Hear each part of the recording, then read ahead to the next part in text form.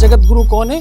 पहला जगत गुरु भगवान राम है। गुरु और पिता ये दो ही हैं जो अपने शिष्य को और अपने बच्चे को अपने से ऊपर देखना चाहते हैं। मनुष्य जीवन हमें क्यों मिला है? जन्म आपकी सुनिश्चित मृत्यु के लिए हुआ है, उस मृत्यु को आप सफल बनाइए। मैं कुछ कर जाऊं नहीं कर जाऊं इससे क्या फर्क पड़ रहा है? मतलब इससे कौन सा ब्रह्मांड में कोई फर्क पड़ने वाला है? पहले लोग पढ़ते थे ज्ञान अर्जित करने के लिए, अब लोग पढ़ रहे हैं पैसा अर्जित करने के लिए। गुरुजी, सबसे ज्यादा किस सेवा का महत्व है? जिस देहरी पर माँ बाप का सम्मान नहीं होता है, दूर तलक उस देहरी के भगवान नहीं होता है। जो अभी की जनरेशन है, जो मैं कहती हूँ 18 से 25 या 18 से 30 साल की है, उनको हम अध्यात्म की तरफ कैसे लेके जाएं? लोग बड़े गर्व से करते हैं। मैं तो खैर भगवान को बहुत मानता हूँ। सवेरे एक अगरबत्ती लगाए बगैर घर से निकलता नहीं हूँ। एक अगरबत्ती लगा करके आप एहसान कर रहे हो, उस अगरबत्ती से भगवान का क्या फायदा? अगर हमें अपने आप को अध्यात्म से जोड़ना है तो घर में क्या नियम करना चाहिए, कैसे पूजा पाठ करनी चाहिए ताकि हम अच्छे से जुड़ सकें? प्रेम ईश्वर के प्रति, और प्रेम आया तो तुम्हें पूजा का नियम नहीं बनाना पड़ेगा, सब अपने आप आ जाएगा। हर व्यक्ति को एक ही चीज चाहिए और वो है पैसा। कुछ ऐसा मूल मंत्र बता दीजिए कि जो गरीब है वो थोड़ा सा संपन्न हो जाए, जो संपन्न है वो और ऊपर चला जाए, और जो और ऊपर है वो और ऊपर चला जाए।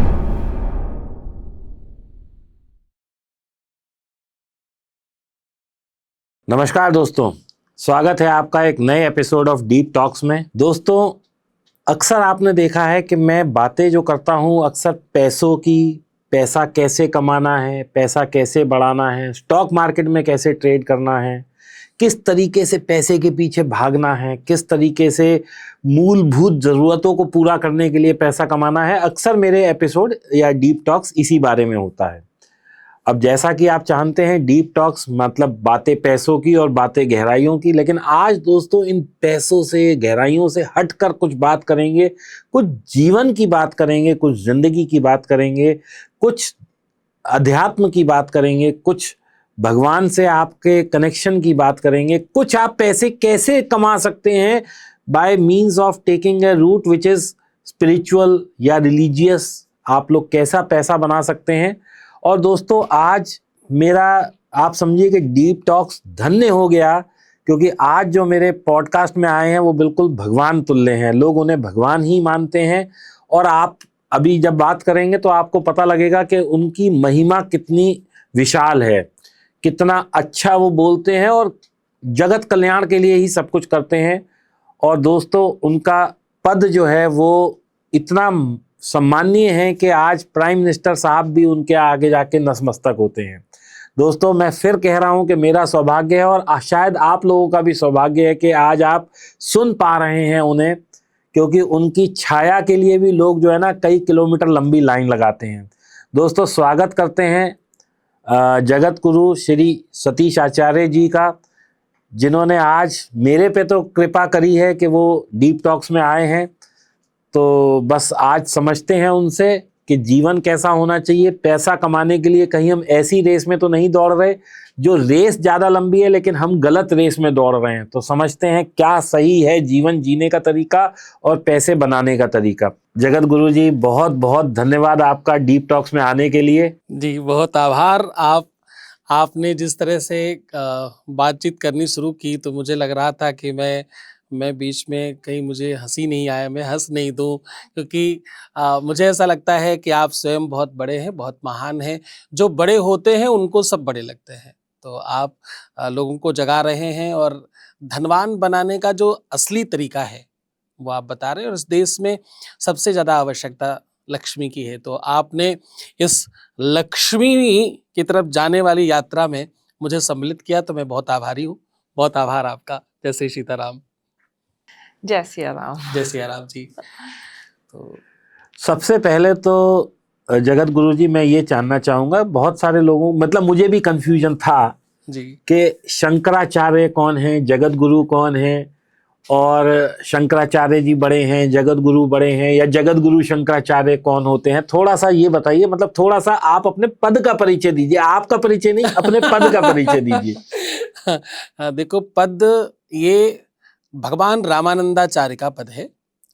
इसके लिए शास्त्र कहते हैं कि सीता नाथ समारंभाम रामानंदार्य मध्यमाम अस्मदाचार्य पर्यंताम वंदे गुरु परंपराम। भगवान राम के स्थान पर और इस मत के मानने वाले ये कहते हैं कि भगवान राम जगत गुरु हैं। पहले जगत गुरु कौन है? रामानंद स्वयं रामो प्रादुर्भूतो महीतले।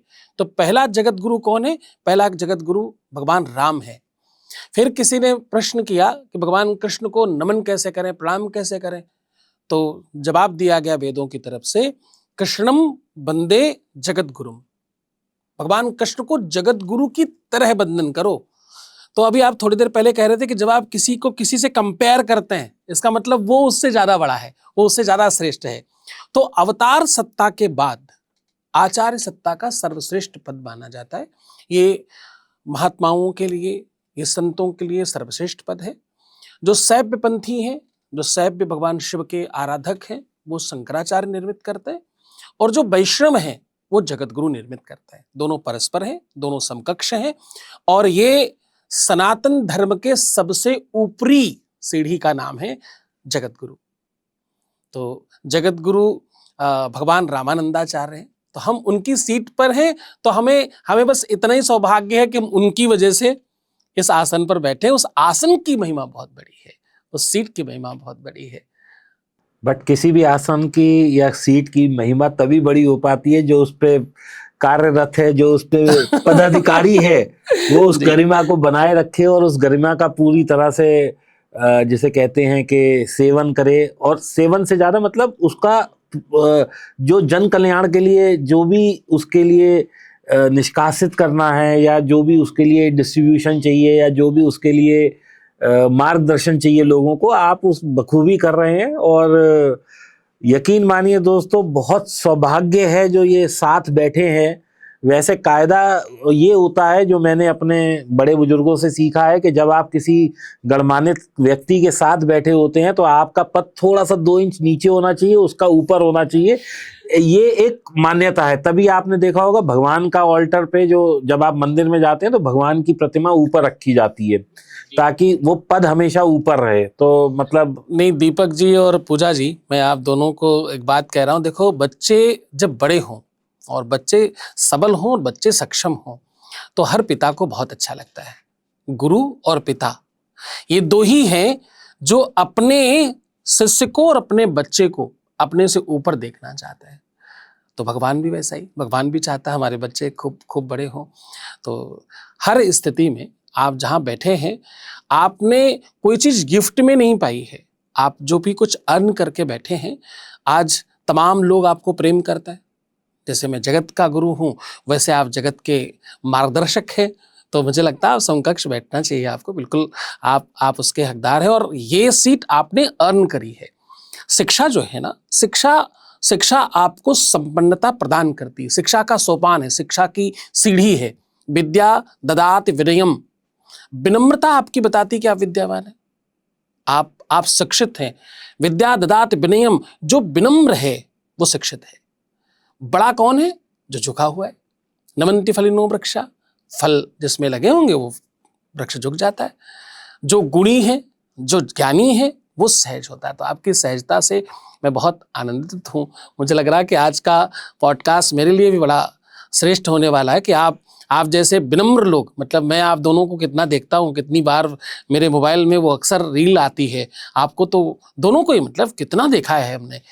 तो ये बड़ा सौभाग्य है कि आपके साथ आज बातचीत करने का मौका मिल रहा है, और आपके सब चाहने वालों के साथ, मतलब तमाम आपके चाहने वाले हैं, तो इनके सबके साथ आज अच्छी कुछ बातचीत हो जाए, ऐसी भगवान से प्रार्थना करता हूँ। गुरुजी, मैं तो सुबह से आज वेट कर रही थी। जब पता चला कि आप आ रहे हैं, तो मेरे मन में इतने क्वेश्चंस थे कि आप आएंगे और मैं आपसे पूछूंगी ही पूछूंगी जी। ये बहुत अच्छा है, क्योंकि हम फाइनेंस तो समझ पाते हैं, लेकिन जिंदगी की बहुत सारी ऐसी चीजें हैं जो हमें समझ नहीं आती हैं। तो आप जहाँ पर हैं, आप सबसे बेस्ट सबको गाइड कर सकते हैं। ये कहना बिल्कुल सही नहीं होगा कि मैं अच्छा गाइड कर सकता हूँ। हमने वेद पढ़े, शास्त्र पढ़े, पुराण पढ़े, और हमने बहुत सारे ग्रंथ पढ़े हैं, लेकिन सबसे अच्छा गाइड कर सकते हैं, ये बात कहना बहुत बहुत मुश्किल काम है। कोई व्यक्ति जानकार हो और वो अपनी बात डिलीवर कर पाए, और जो हम डिलीवर करें वो सामने वाला समझ जाए, एब्जॉर्ब कर रहे हैं। समझ जाए, उसको समझ में आ जाए, ये बहुत बड़ी बात है। और वो वाला गुण मेरे में अभी है नहीं। तो मुझे लगता है कि मैं एक प्रयत्न करूंगा अपनी बात कहने का, वो लोगों तक सही बात पहुंच जाए। ये जो जनता है ना, यही जनार्दन है। भगवान के सामने एक भक्त खड़ा होकर कहता कि तुम में मुझ में बस फर्क यही है एक। क्या बोले? तुम भगवान हो, मैं मनुष्य हूं, मैं नर हूं और तुम नारायण हो, बस और कोई अंतर नहीं है। तो ये जो जनता है, बस यही सबसे बड़ी दुनिया की ताकत है। तो प्रयत्न है, प्रयास है कि हम जो कहें वो समझ में आ जाए। जगत गुरु जी, सबसे पहले मैं एक सवाल जो मेरे मतलब, फिर तो पूजा जी अपना पूरा लिख के लाई है, काफी सारे सवाल हैं। क्योंकि लेकिन आपका ऑरा इतना स्ट्रांग है कि मैं भूल जाऊंगी, तो इसलिए मैं लिख के ले आई हूँ। तो जी। मैं एक सवाल है जो मैं कई जगह पूछा है, लेकिन मुझे आज तक वास्तविक आंसर नहीं मिला। हो सकता है आज आप मेरा थोड़ा सा जो अज्ञान है उसको दूर करें। मनुष्य जीवन हमें क्यों मिला है?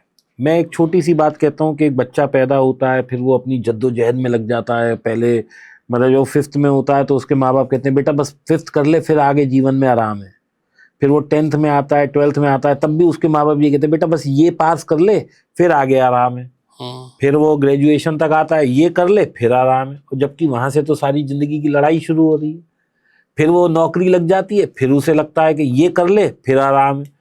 और नौकरी और जिंदगी और जीवन में वो ऐसा चक्रव्यूह में फंसता है कि वो किस दिन 60-70 का हो जाता है और निकल जाता है, ये पता ही नहीं लगता।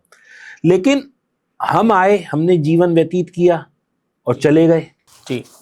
तो हमारे यहाँ आने का मतलब मेन रीजन क्या है? क्या हम पैसा कमाने आए थे, या हम वंशावली के लिए आए थे, या हम कुछ ऐसे उद्देश्य से आए थे जो हम लोग पूरा नहीं कर रहे लेकिन भेजा उस वजह से गया था? दूसरा, हमने महाभारत में, रामायण में, ये सब जगह देखा कि भाई ये तो पृथ्वी तो एक है, ऐसे तो अनंत ब्रह्मांड है। हमने कृष्ण भगवान के मुंह में भी देखा, जो हमने महाभारत में बहुत अच्छा चित्रण देखा। और राम भगवान ने भी हमें यही बताया। रामायण जब आता था, मैं पढ़ी नहीं है लेकिन मैंने सीरियल दोनों देखे हैं। जी। तो अगर ये सब दुनिया की व्यवस्था कहीं और भी है, तो ना हम उन्हें ढूंढ पा रहे हैं, ना वो हमें ढूंढ पा रहे हैं। तो पहला मेरा सवाल ये है, फिर मैं अगला और पूछता हूँ। वो एक मेरा और बहुत इंपॉर्टेंट सवाल है। नहीं, सबसे अच्छा तो ये कि दीपक जी, आप जो प्रश्न कर रहे हो वो सब बहुत व्यापक और समाज के लिए है। जो आप प्रश्न कर रहे हो, लोग ये जानना चाहते हैं, मुझे अक्सर लोग पूछते हैं। इसके लिए पद्म पुराण, 18 पुराणों में से एक पुराण है पद्म पुराण। मैंने जब उसको कंठस्थ किया, पीछे मुझे 18 पुराण, 4 वेद, 6 शास्त्रों को कंठस्थ करने का एक उपाधि मिली। अच्छा। तो इसी कुंभ में, पिछली वाले कुंभ में, तो उसमें जब मैं पद्म पुराण कंठस्थ कर रहा था, तो एक दिन रात्रि में मैंने वो श्लोक पढ़ा जिस पर आप आज चर्चा कर रहे हैं। ये श्लोक 184वें पेज का 6 नंबर का श्लोक है। मुझे बहुत बहुत प्रिय है ये श्लोक।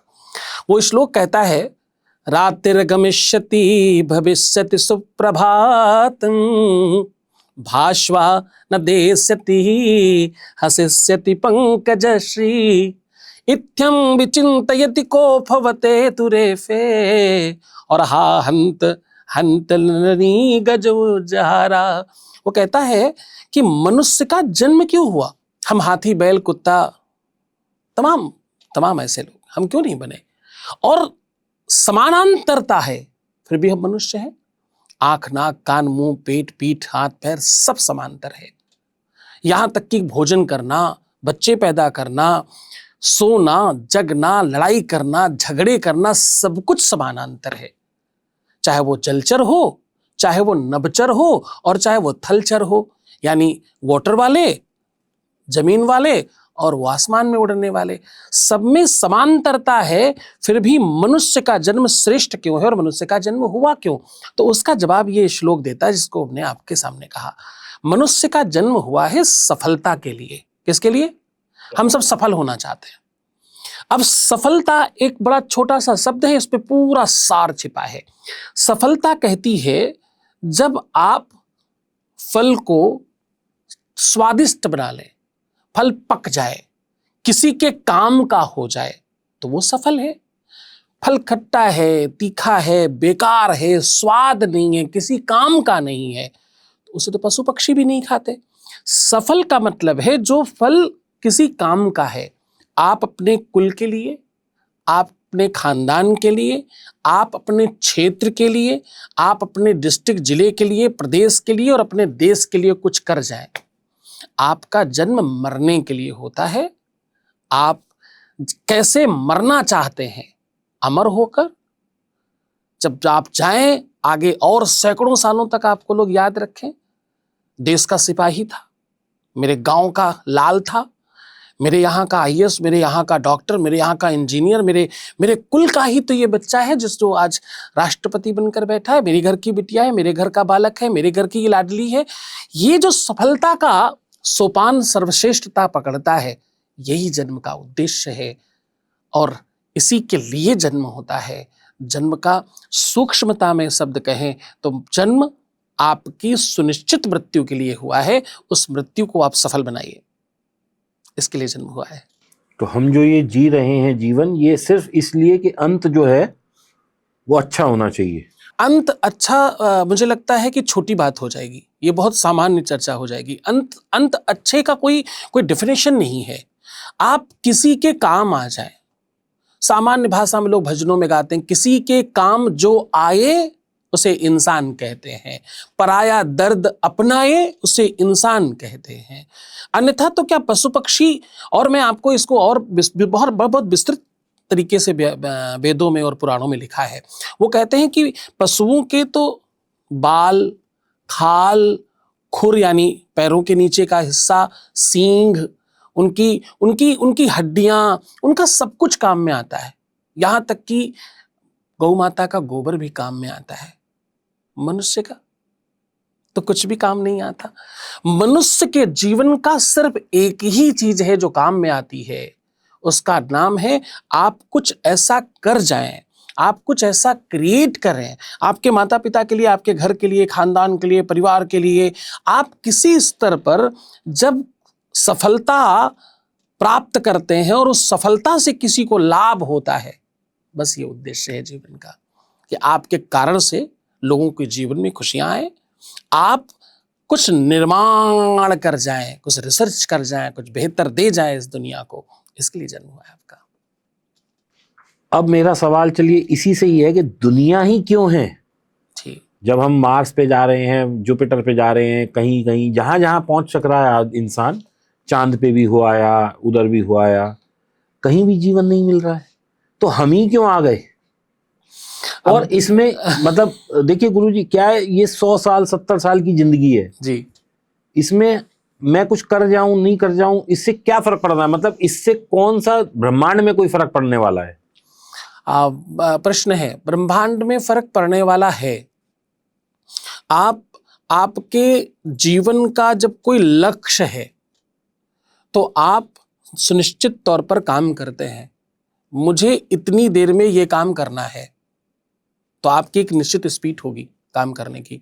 आप एक अनुशासन में बंधकर जब कोई काम करते हैं तो ये प्रकृति का काम है। सूर्य अपने सुनिश्चित टाइम पर उगता है। क्यों उगे? तमाम सूर्य और भी हैं, क्या काम है उसका उगने का? चंद्रमा अपने समय पर आता है, बरसात अपने समय पर आती है, सारे मौसम अपने समय पर आते हैं, पतझड़, सावन, बसंत, बहार सब अपने समय पर आते हैं। जब आप किसी भी नियम में बंधकर जीवन पर आगे चलते हैं तो आपके जीवन का उद्देश्य सुनिश्चित होता है, आपकी स्पीड सुनिश्चित होती है और आपका कहीं पर पहुंचने का एक समय और गति निर्धारित होती। गति, मति और सुमति ये जीवन के लक्ष्य है जिसके आधार पे आप काम करते हो। यूनिवर्स जो ये क्रिएट कर रहा है ना, यूनिवर्स ने क्रिएट ही इसीलिए किया है, उसने व्यवस्था ही इसलिए बनाई है, क्योंकि कुछ भी जब रुक जाता है फिर तो क्या कुछ बचा नहीं ना, शांत है। लोग कहते हैं अक्सर इसी प्रश्न से रिलेटेड मुझे लोग अक्सर कहते हैं कि मेरे जीवन में शांति नहीं है। तो मैं कहता हूं भैया शांति जैसी कोई चीज होती ही कहां है। आप शांति किसको कहते हैं? शांति कहते हैं मृत्यु को। ओम शांति, ओम कहते हैं शांत हो गए। ओम शांति, शांत हो गया। अशांति में शांति ढूंढ लेना शांति है। जब तक आपकी नब्ज चल रही है, धक धक धक धक धक धक धक धक, यानी यहाँ अशांति है, तब तक आप हैं। दिल धड़क रहा है, अशांति है, धक धक धक धक हो रहा, आवाज कर रहा है, शोर मचा रहा है, हैं आप। इस अशांति में शांति का पता लगा लेना, ढूंढ लेना शांति है। तो जब आप किसी निश्चित काल के लिए, निश्चित व्यवस्था के लिए, निश्चित लक्ष्य के लिए दौड़ते हैं, तो यही जीवन है, अन्यथा तो मृत्यु है, फिर खत्म है सारा कुछ। ये सब चलाए रखने के लिए, क्योंकि एक भूमंडल चलेगा तो दूसरा उससे प्रभावित होगा, ये तो सृष्टि का नियम है। जब कुछ चलेगा, उस अशांति में शांति की खोज में ही जीवन है, इसी के लिए हम आए। चलिए, अब मैं एक और सवाल पूछूंगा, फिर मैं पूजा जी को बागडोर दे दूंगा। हम ये अक्सर कहते हैं कि कुछ होगा, कर्मों का फल होगा, पिछले जन्म के कुछ कर्म होंगे हमारे जी। अब मेरा ऐसा मानना है कि जब आदमी की मृत्यु हुई तो शरीर को तो जला दिया जी। और वो जो आत्मा थी, वो हमने ये भी सुना ही है। मैं अज्ञानता वाली बात कर रहा हूँ बिल्कुल, मतलब मेरे को, आप पता है मुझे, आप कहने वाले हो तुम अखंड अज्ञानी हो। नहीं नहीं, ये असली में ज्ञान निकलता ही इसी में है, सनातन तो इसी में है, प्रश्न और उत्तरी में ही।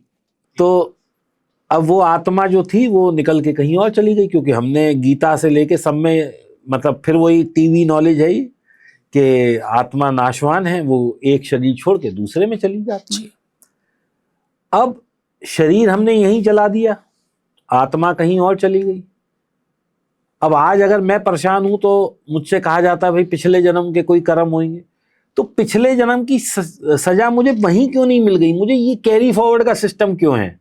मतलब व्हाई इट इज, इस जन्म में मैं अच्छा कर रहा हूं लेकिन मुझे पिछले जन्म के कर्म मिल रहे हैं बुरे, तो मुझे इस जन्म की अच्छाई की फल तब मिलेंगे, या तब भी मुझे ये कैरी फॉरवर्ड वाला सिस्टम है, या ये सिर्फ कहने की बातें चलायमान है कि भैया ये ऐसे कह दिया जाता है, लेकिन मतलब ये आप समझ रहे हैं ना मेरा सवाल क्या है? मैं आपका सवाल समझ रहा हूँ। ये असल में सांख्य है। जब आप बहुत गहराई की बातें करते हैं तो सांख्य एक हमारे यहाँ ग्रंथों में इतना इतना रिच है, हम अपनी संस्कृति में इतने ग्रंथ हैं हमारे यहाँ।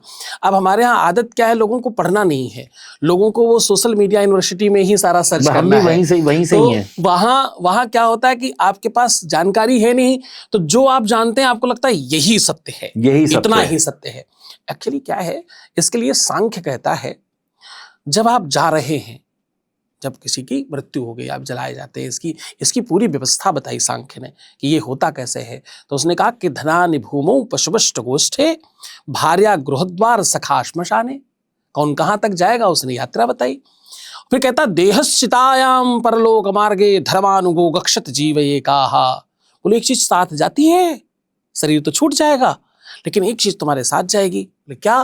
बोले धर्मानुगो गक्षत जीव एकाहा। उस जीव के साथ उसका किया हुआ धर्म और उसका किया हुआ कर्म उसके साथ जाता है। अकाउंट कभी भी बंद नहीं होता, उसी अकाउंट पर आपका काम सदैव ही होगा। आप कहीं ही चले जाएं, किसी भी स्थिति में चले जाएं, क्योंकि शरीर एक कपड़ा ही तो है, मात्र उतना ही परिवर्तित होता है।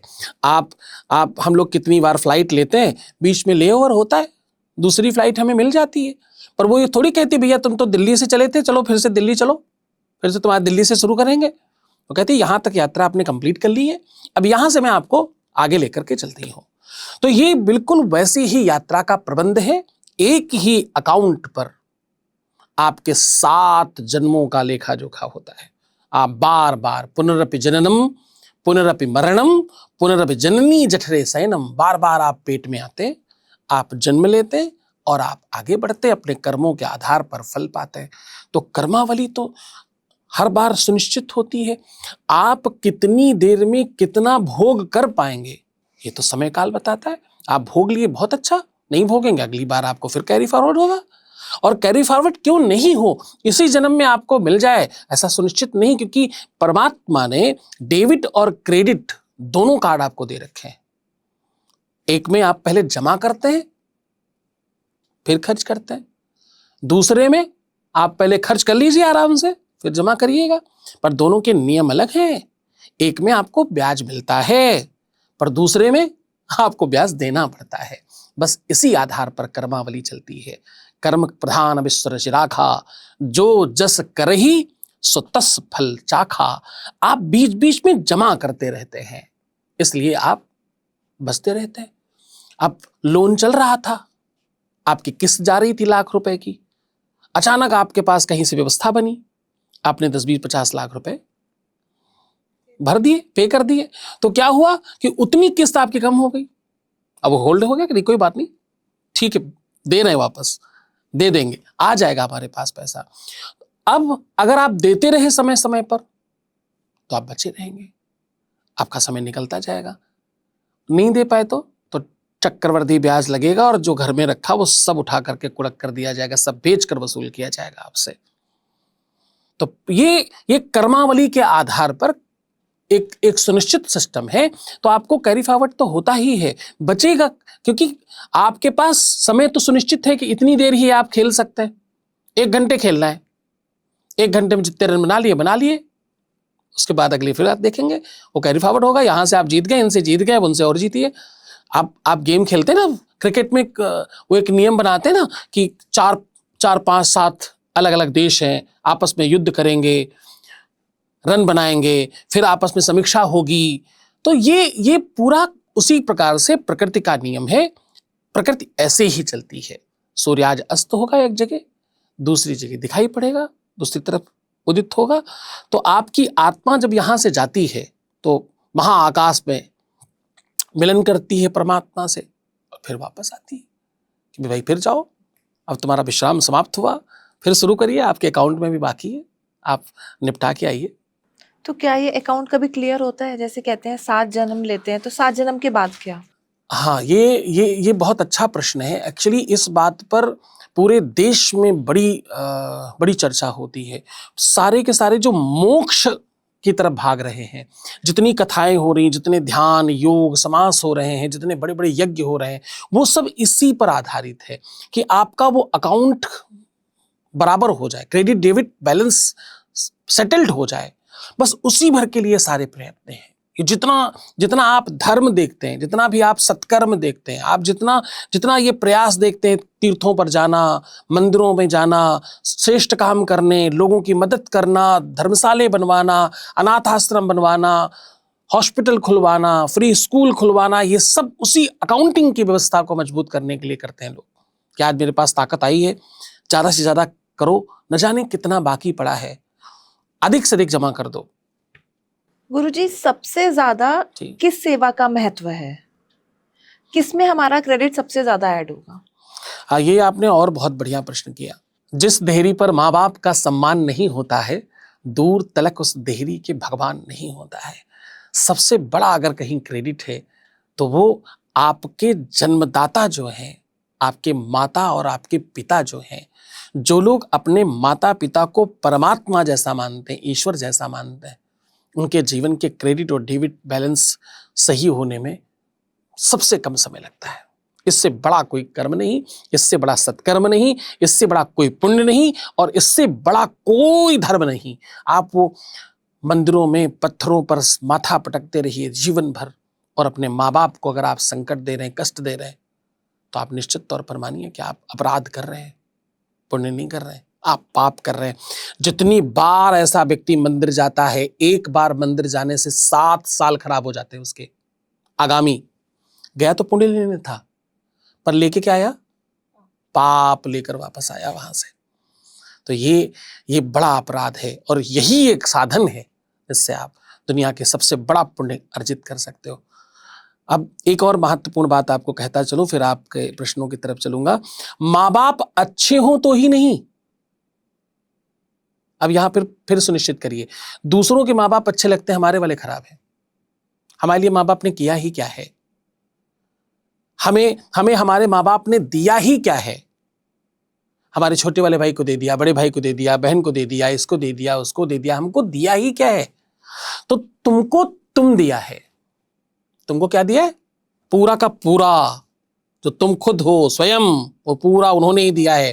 तुम्हारी किडनी, तुम्हारा लीवर, तुम्हारी आंखें, तुम्हारा नाक कान, तुम्हारा पैर, तुम्हारी हड्डियां, तुम्हारी नसें, तुम्हारा रक्त, सब कुछ उन्होंने ही दिया है। उनके अलावा और कुछ नहीं है। तो वो परमात्मा है। माता पिता अच्छे हों तो ही अच्छे नहीं, माता पिता कितने ही बुरे हों तुम्हारी नज़र में तो भी वो सर्वश्रेष्ठ है, परमात्मा है, ऐसा मान कर करने वाला उस कार्मिक अकाउंट से बच जाता है।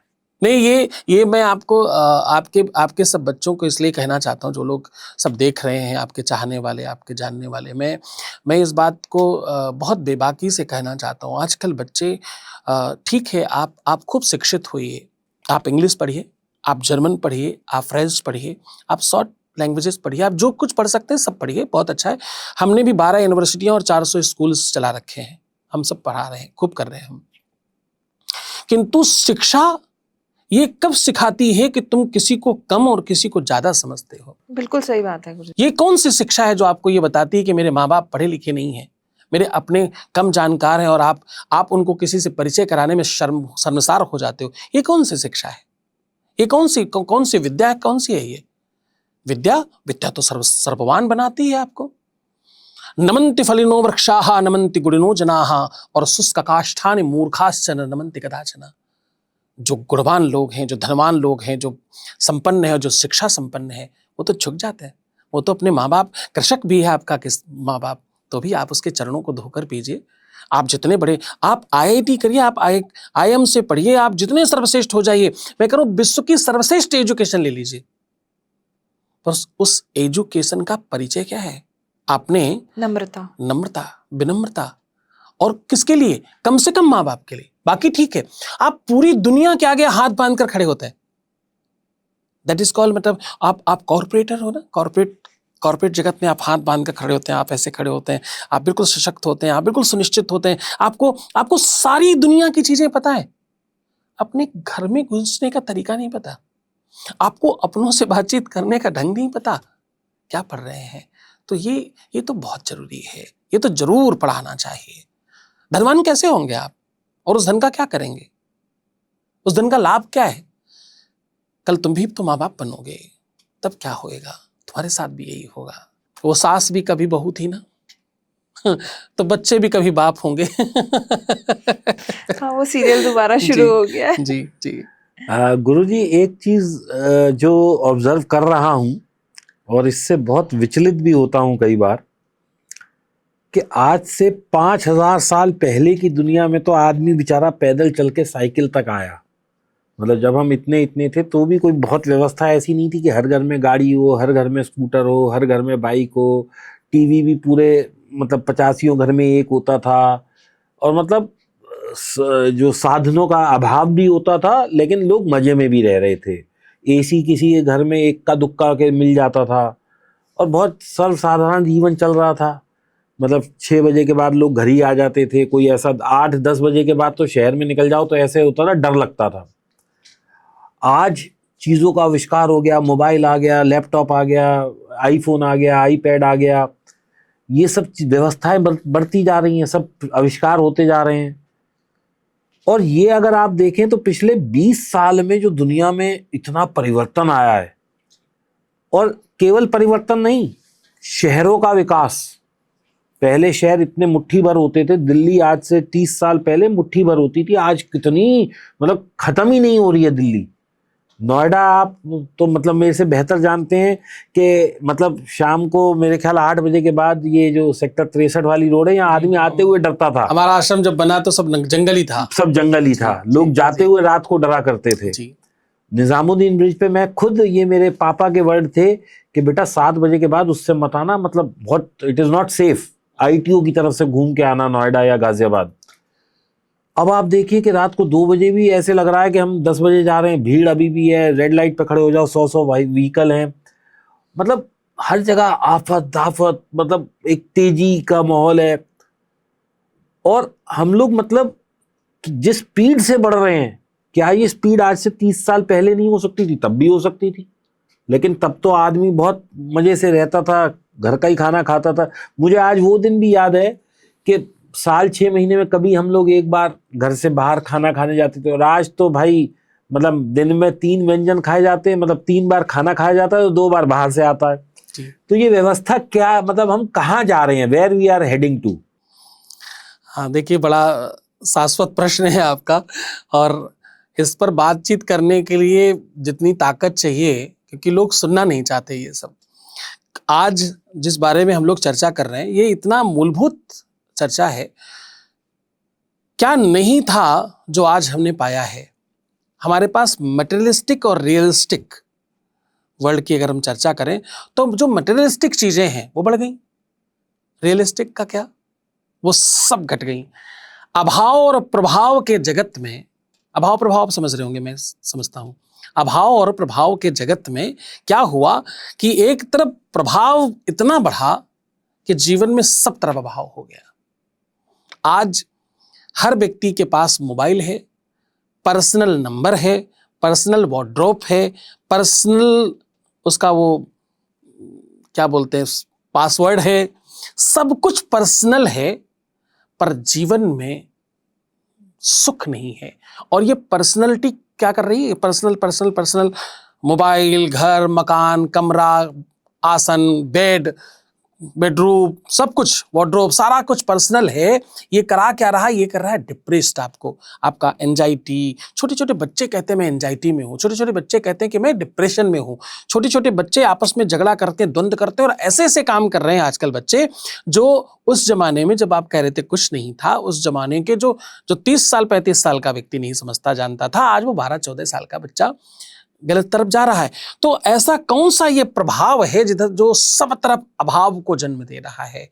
मैं समझता हूं, देखिए, विकास विनाश नहीं होना चाहिए, विकास आपके जीवन की श्रेष्ठता के लिए होना चाहिए। पहले लोग पढ़ते थे ज्ञान अर्जित करने के लिए, अब लोग पढ़ रहे हैं पैसा अर्जित करने के लिए। ये प्रवृत्तिगत दोष है। प्रवृत्ति कहती है कि आप जिस भी चीज में जितना आगे बढ़ते जाएंगे, जैसे आप पहले दिन जिम जाएं तो आप 2 किलो 2.5 किलो 3 किलो उठा पाते हैं, ऐसे वो डंबल्स जो होते हैं, फिर वो 2 किलो आपको कम पड़ने लगता है, फिर आप 2.5 उठाते हैं, फिर 3 उठाते हैं, फिर 4 उठाते हैं, फिर 5 उठाते हैं। और ये आपाधापी आपको कब दवाइयों के साथ और बुरी चीजों के साथ अलाइन कर देती है, और कब आप पूरी तरह से स्वस्थ होने गए थे और पूरी तरह से अस्वस्थ होकर वापस आते हैं, आपको पता नहीं चलता। तो मुझे लगता है वो मानवीय प्रवृत्तियों के तौर पर हम लोगों को थोड़ा सूझबूझ की आवश्यकता है, हमारे जोश के साथ साथ थोड़े होश की आवश्यकता है। सनातन इसीलिए तो आवश्यक है। संपन्नता पहले कुछ कम नहीं थी, हम सोने की चिड़िया थे, पहले आपके पास कुछ भी कमी नहीं थी, सब कुछ वैसा ही था।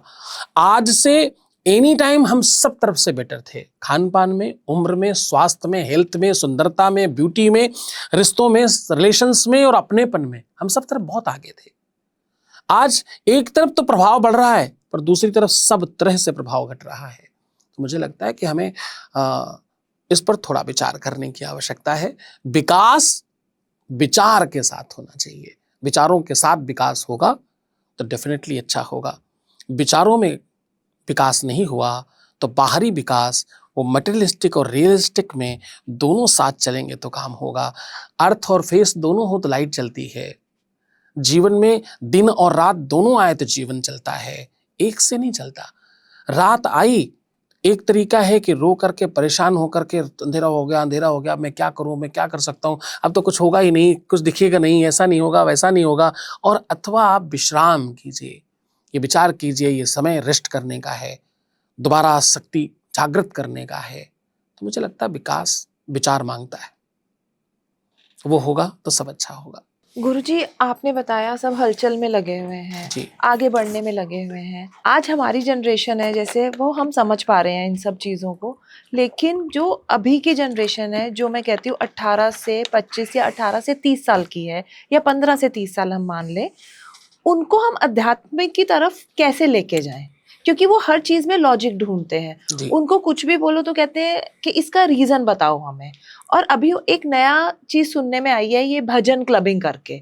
तो क्या आपके अकॉर्डिंग भजन क्लबिंग सही है?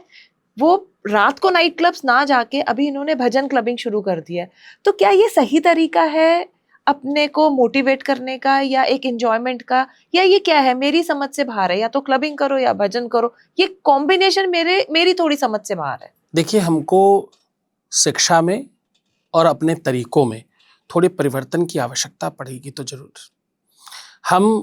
हम जब तक कुछ नवीनीकरण नहीं करेंगे तब तक एक्सेप्टेंस कैसे आएगा? आप एक समय था जब वो टेलीफोन ऐसे ट्र ट्र घुमा घुमा के होता था, फिर हमने उसमें परिवर्तन किया, धीरे धीरे हम आगे बढ़े, हमने चेंज किया। कौन समझता था कि वो तार वाला टेलीफोन बिना तार के चलेगा? एक समय वो पेजर होता था छोटा सा, जिसपे सिर्फ मैसेज आता था 2 लाइन का। तो कब आया कब चला गया कब पता ही आया? नहीं लगा, क्योंकि मोबाइल इतनी जल्दी आ ये गया। मालूम ही नहीं था हाँ। कि इसके बाद ये चेंज हाँ, आएगा। ये इनोवेशन तो आएगा। अगर आप कुछ नवीनता को और समय की मांग को अपने अंदर नहीं डालते, आप वही चीज चाहते हैं वैसे ही हर बार अपनाई जाए, तो ये संभव नहीं होता। जैसे जैसे जनरेशन आगे बढ़ती है वैसे वैसे आपको रिसर्च भी बढ़ाना चाहिए।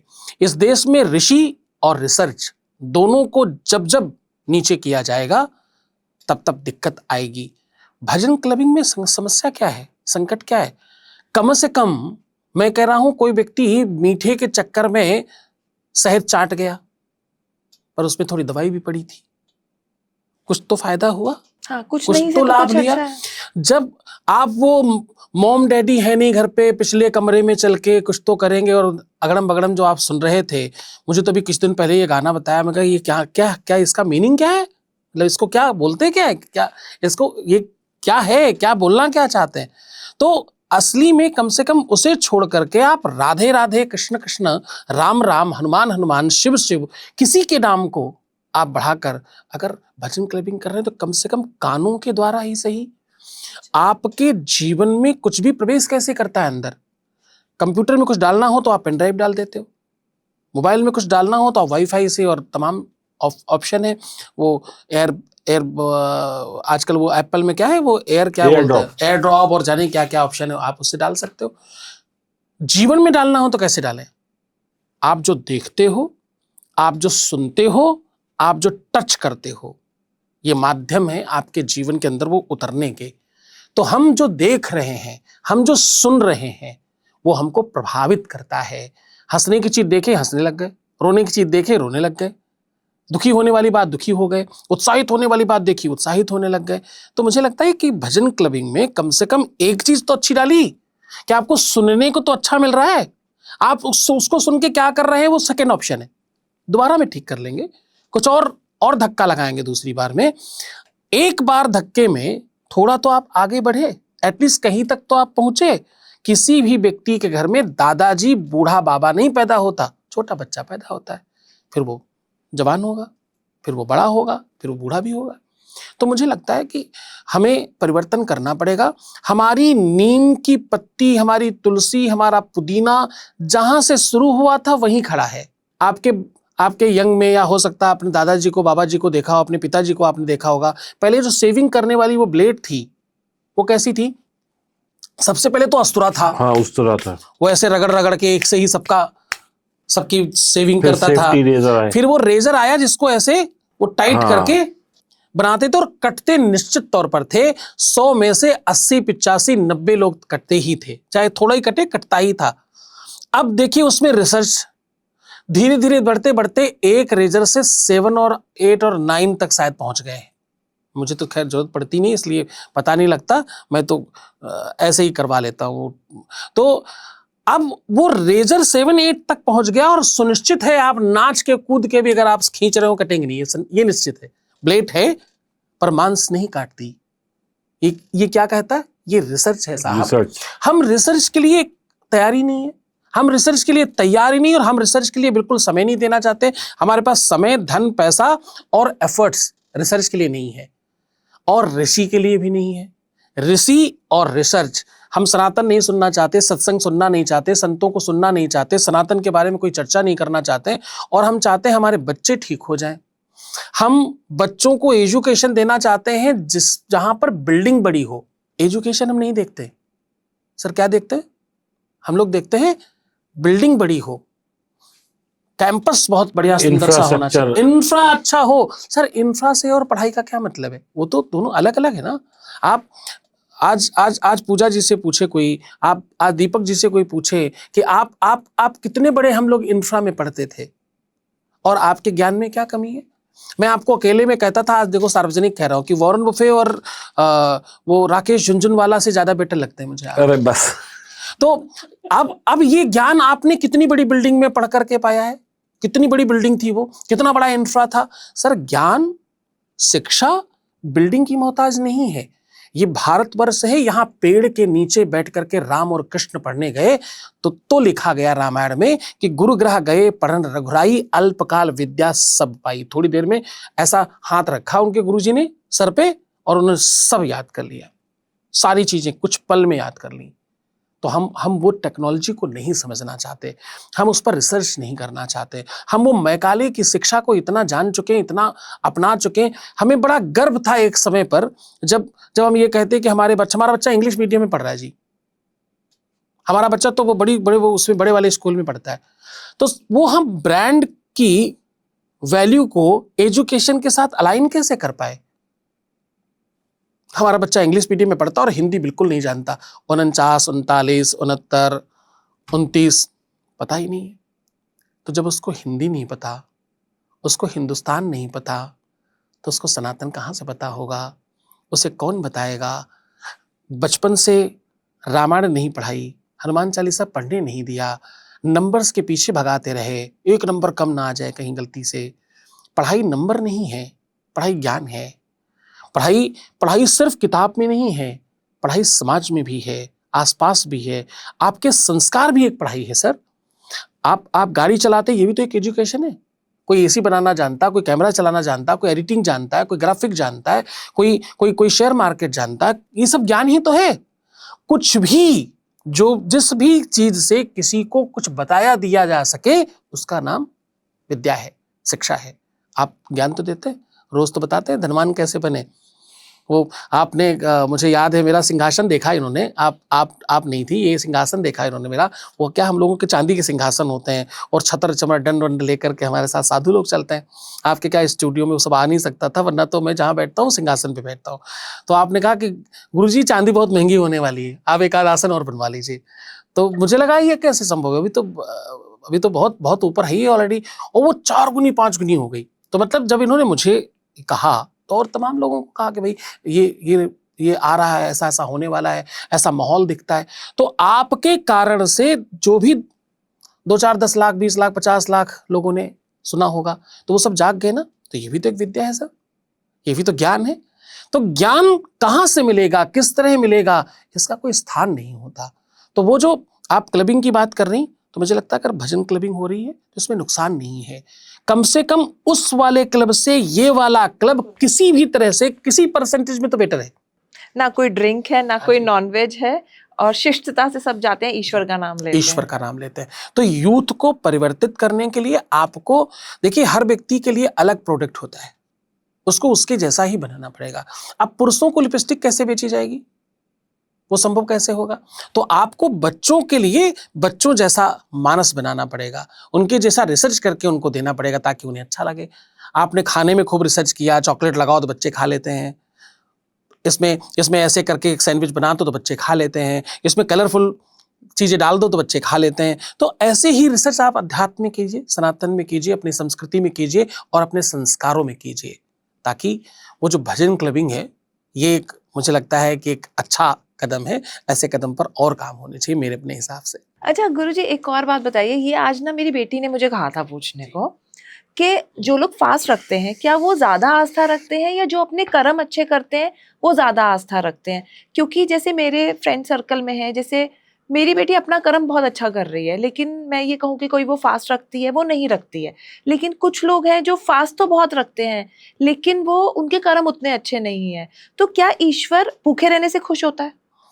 हाँ, ये बड़ा बढ़िया प्रश्न है कि ईश्वर खुश कैसे होता है। ईश्वर को खुश करने के तमाम तरीके लोगों ने अपनाए हैं। वो कांवर उठा लेना, वो मंदिर में जाके प्रसाद चढ़ाना, जब जरूरत पड़ जाए तो प्रसाद मान लेना कि मेरी ये जरूरत आप पूरी करो तो मैं आपको इतने पैसे का प्रसाद चढ़ाऊंगी या चढ़ाऊंगा। परमात्मा इन सारे ढकोसलों से बहुत ऊपर का नाम है। ये सब दत्यानोसी है।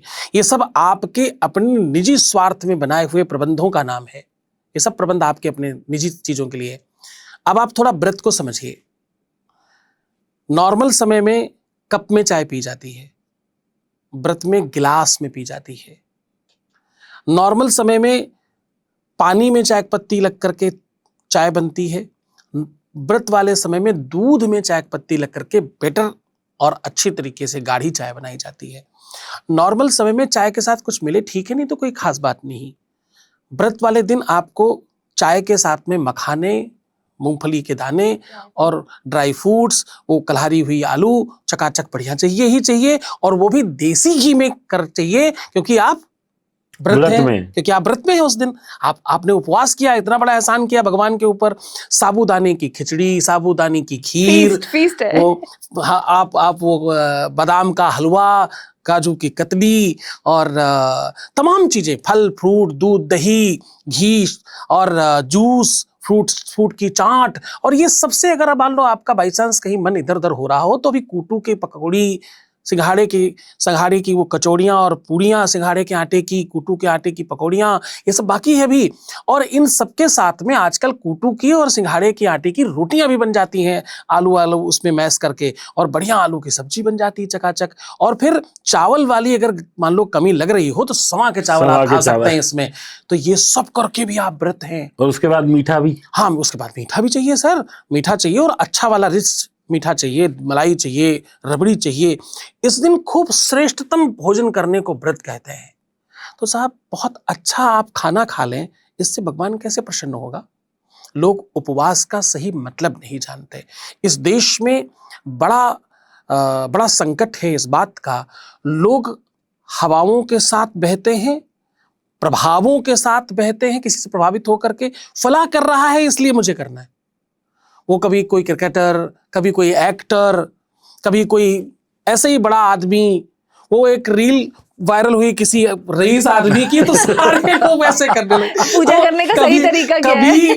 कभी मतलब आप प्रभाव में, कभी कभी वो हवा के बहाव में, और कभी कभी आप प्रपंचों में, आडंबरों में फंस करके काम करने लगते हैं। आपको ये जानना नहीं है सच क्या है, आपको पढ़ना नहीं है, आपको किसी जानकार से भी नहीं जानना है। आपको तो बस जो आपको मालूम है बस वही सत्य है, जितना आप जानते हैं आपका वही नॉलेज सत्य है। उपवास लोग करते नहीं है। उपवास का मतलब होता है उप प्रधानमंत्री, उपाध्यक्ष, यानी जो काम रोज कर रहे थे उससे हटकर करिए। रोज भोजन कर रहे थे आज मत करिएगा, रोज आप सोते थे आज मत सोइएगा, और रोज आप झूठ बोलते हैं, आप प्रपंच करते हैं, छल करते हैं, आज मत करिएगा। तो हिंसा, असत्य, मद, मोह, लोभ और काम, क्रोध का त्याग करें, इसको उपवास कहते हैं सर। तो लोग उपवास कहाँ रहते हैं? वो तो फीस्ट एंजॉय करते हैं, वो तो मजे लेते हैं, आनंद लेते हैं। इस दुनिया में हम अपनी सुविधा के अनुसार जीते हैं और अपनी सुविधाओं को एक नया नाम दे देते हैं। हमारी सुविधा जिसमें है उसमें हमारा एक नया नाम जुड़ जाता है कि हम तो ऐसा कर रहे हैं और इनके लिए कर रहे हैं, अपने लिए नहीं कर रहे हैं। हम जो भी कुछ कर रहे हैं वो तो इस चीज के लिए कर रहे हैं। गुरुजी, जैसे आज हमारा बर्थडे होता है तो हम बहुत अलग अलग तरह के पकवान खाते हैं, हम केक खाएंगे, सब खाएंगे, लेकिन भगवान जी के बर्थडे पे हम क्यों भूखे रहते हैं? जैसे जन्माष्टमी आती है तो जब तक उनका जन्म नहीं हो जाता हम तब तक भूखे रहते हैं, हम उनके बर्थडे पे क्यों फीस्ट एंजॉय नहीं करते? हाँ, नहीं, इसको आप और थोड़ा व्यापक तरीके से समझिए कि केवल भगवान के जन्मोत्सव पर ही नहीं, इसकी मान्यता कुछ और थी और हमने बना कुछ और लिया। भगवान के लिए भी आपको आश्चर्य होगा, मैं आपके प्रश्न को थोड़ा और बड़ा कर रहा हूं, इसलिए थोड़ा ध्यान समझिएगा पूजा जी। इस देश में 89% लोगों के घरों में भगवान पेपर पर बैठे हैं। किस पे बैठे? पेपर बिछा करके। आपको गद्दा लगता है, चादर लगता है, तकिया लगता है, गिलाफ लगता है, रजाई लगता है, कंबल लगता है, चादर लगता है, सब लगता है आपको। और भगवान तो आपसे बड़ा है। कोई अतिथि भी घर आ जाए तो हम बड़ा सर्वश्रेष्ठ आसन देते हैं। अतिथि से भी नीचे है क्या भगवान? हमसे भी नीचे है क्या भगवान? भगवान को पेपर पर बिछा रखा है, पेपर पर बिठा रखा है साहब। अब यही बात खत्म नहीं होती। लोग बड़े गर्व से करते, मैं तो खैर भगवान को बहुत मानता हूं, सवेरे एक अगरबत्ती लगाए बगैर घर से निकलता नहीं हूं। अच्छा, एक अगरबत्ती लगा करके आप एहसान कर रहे हो, उस अगरबत्ती से भगवान का क्या फायदा? भगवान को क्या हो रहा है उस अगरबत्ती से? भगवान वो धुआं सूंघ कर आपको लगता है वो प्रसन्न हो रहा है? मतलब धुएं को सूंघ कर भगवान को क्या लाभ होगा, इस बात को हमने कभी सोचा क्यों नहीं? हमें ब्रेकफास्ट चाहिए, हमें लंच चाहिए, हमें डिनर चाहिए, हमें वो स्नैक्स भी चाहिए, हमें ब्रंच भी चाहिए, हमें जाना है क्या क्या चाहिए भगवान को। चिरौंजी दाना, चीनी, वो इलायची दाने के का प्रसाद, और कई घरों में ये भी ही नहीं। पर भगवान बहुत बड़ा है, हम सब भगवानवादी हैं, हम सब ईश्वरवादी हैं, हम सनातन सनातन सनातन कह करके खूब झंडा ऊंचा करेंगे। सर भगवान को वो चीजें क्यों नहीं देते जो तुम भगवान के नाम पर खाते हो? जो उपवास में तुमने खाया वही भगवान को क्यों नहीं दिया? भगवान को दो ना रोज, एक दिन आपने भगवान के नाम पर खाया, बाकी दिन तो भगवान को भी दे दो ये सब चीजें, पर आप भगवान को तो नहीं देते। अब जिस दिन जन्म हुआ भगवान का, तो संत महंत अमलात्मा सिद्धात्मा योगी यति साधक, जो गहरे साधक है, वो साधना में बैठ जाते हैं कि भोजन करने में भी समय जाया क्यों करना। वो 2-4 मिनट 5 मिनट भी आज नहीं जाया करेंगे, आज तो उनका भजन करेंगे, आज तो उनमें लीन हो जाएंगे, आज तो उनका ही मनन करेंगे। आज वो हमारे घर पधार रहे हैं, तो हमारे घर कोई आ रहा हो तो हम उसको खिलाए बगैर हम कैसे खा सकते हैं, जूठा कैसे कर सकते हैं? तो उसके पीछे भाव बहुत गहरा है। उस गहराई को हमने तो किसी और ही लेवल पे कर रखा है। हमने तो अपने एंजॉयमेंट की अपनी सारे साधनों को अपनी तरीके से रख लेते हैं। हम अपनी सुविधा के हिसाब से सारी चीजों को बना लेते हैं और फिर कहते हैं यही नियम है, यही लिखा है, ऐसा ही होता है। एक तगड़ा आश्चर्य आपको बताता हूं। आपको ओम जय जगदीश हरे आता है जी? आखिरी लाइन पर चर्चा करते हैं, क्योंकि साइकोलॉजी कहती है कि जो आप सबसे लास्ट में सुनते हैं वो देर तक याद रहता है। ये बात तो आप जानते होंगे दोनों ही। तो सबसे आखिरी वाली लाइन ओम जय जगदीश हरे की क्या है? तन मन धन सब कुछ तेरा, सब कुछ तुम्हारा ही है, तेरा तुझको अर्पण क्या लागे मेरा। और आरती खत्म हो गई। उसके बाद वो आरती अब घूम कर आपके आगे आई। अभी आपने कहा है तन मन धन सब आपका है। अब आपने क्या किया? अब आपने पर्स लिया और ब्रेक डांस कराना शुरू किया अपनी उंगलियों को। अब आपने आरती की वो लाइन चेंज कर दी। अब आपने क्या कहा?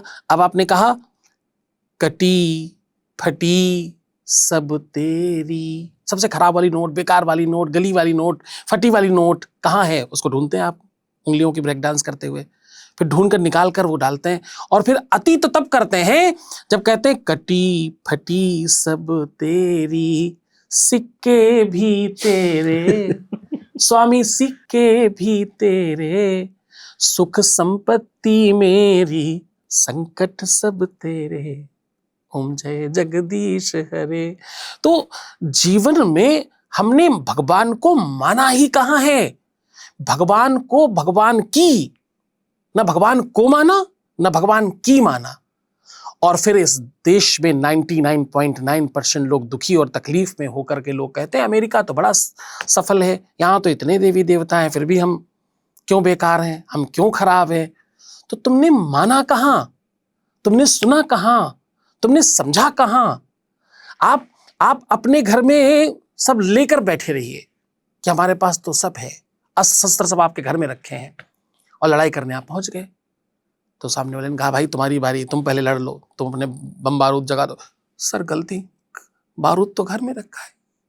तो साहब आपके जो घर में रखा है वो उपयोग करने के लिए रखा है। आपके पास 4 वेद हैं, 6 शास्त्र हैं, उपनिषद हैं, 18 पुराण हैं, वेदांग हैं, समास है। तो सर हमारे पास इतनी सारी चीजें हैं दीपक जी कि हम अगर पढ़ना शुरू करें तो हम 7 पीढ़ी और 7 जन्मों तक तो ग्रंथ ही नहीं खत्म कर सकते। हमारे पास इतनी संस्कृति है, पर पढ़ने का समय किसके पास है? जानने का समय किसके पास है? हमने तो ये मान रखा कि सब ऐसे ही, कुछ नहीं होता।